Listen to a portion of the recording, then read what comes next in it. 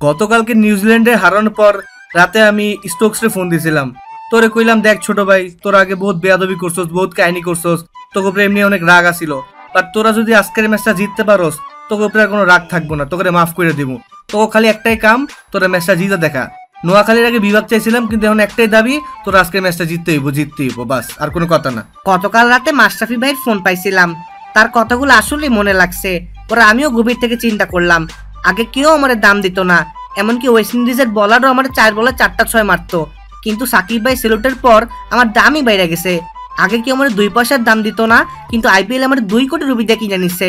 তা আমিও চিন্তা করলাম বাঙালিদের জন্য কিছু একটা করা লাগবে, তাই আমি আজকে আমার মন দিয়ে খেললাম, জান দিয়ে খেললাম, তোমার একটা সেঞ্চুরি মেরে ম্যাচটা জিতাই দিলাম। আশা করি আপনারা সবাই আমাকে দোয়ায় রাখবেন। আসলে সত্যি কথা বলতে বাঙালিদের জন্য আমার আগে থেকেই টান ছিল।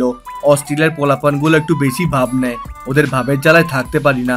কিন্তু গত বছর বাংলাদেশের পুরান ঢাকায় গিয়া ইফতার করছিলাম, ওদের ইফতার এত মজা লাগছে, পরে চিন্তা করলাম যদি বাংলাদেশের জন্য না খেলি তাইলে এই বছর আমার আর বাংলাদেশে ঢুকতে দিবে না, আমার পুরান ঢাকার মজার ইফতারিটাও মিস হয়ে যাবে। এজন্য সেই কথা চিন্তা করে আমরা আজকে বলে নিছি, দেখ তোরা যাই করিস আজকের ম্যাচটা জিততেই হবে, আর বাংলাদেশে গিয়ে একটা ভরপুর ইফতার করতে হবে। আশা করি আমরা সবাই একসাথে গ্রুপে ইফতারি করতে পারবো।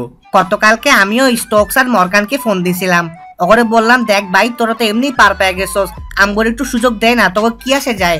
কই না, দেখো আমরা বাঙালিদেরকে সাপোর্ট করব, east or West Bangladesh is the best. ওরা এত ঘাটতে কথাই শুনাইতে পারলাম না।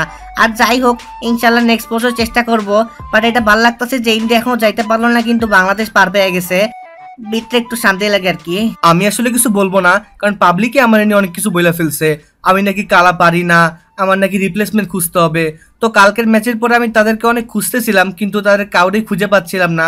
তো আশা করি তারা খুব শীঘ্রই গুহা থেকে বের হবে এবং তাদের মুখের উপরে আমি আরেকটা ভালো ইনিংস ভরে দিতে পারবো। তো আপনারা দোয়া করবেন আমার জন্য। গত ম্যাচে আমি জলদি আউট হওয়ার পর অনেকে আমার নিয়ে স্ট্যাটাস দিছে, বলছে আমি কি খেলছি, এটা কোনো খেলা হইলো নাকি, কেন ভাই এতগুলো ম্যাচ ভালো খেলছি তখন ভালো লাগছে, একটা ম্যাচ খারাপ খেলে আমি খারাপ হয়ে গেলাম না? আর সবাই তো বলেন তামিম নির্ভর দেশ আমাদের বাংলাদেশ, এখন আমার ভাই ব্রাদার তো আমার ছাড়া ঠিকই জিতাইলো ম্যাচ, এখন চুপ আছেন কেন আপনারা? এখন তো কিছু বলবেন না। আমি তো বলার ভাষায় হারাই ফেলছি, ভাবছিলাম আমরা তো খুব ইজিলি পরের রাউন্ডে চলে যাব, কিন্তু কোনো ভাবতে পারি নাই বাংলাদেশ আমাদের আগে কোয়ালিফাই করে ফেলবে। আসলে জিতে দা টুকটা ফাইটটা যায়।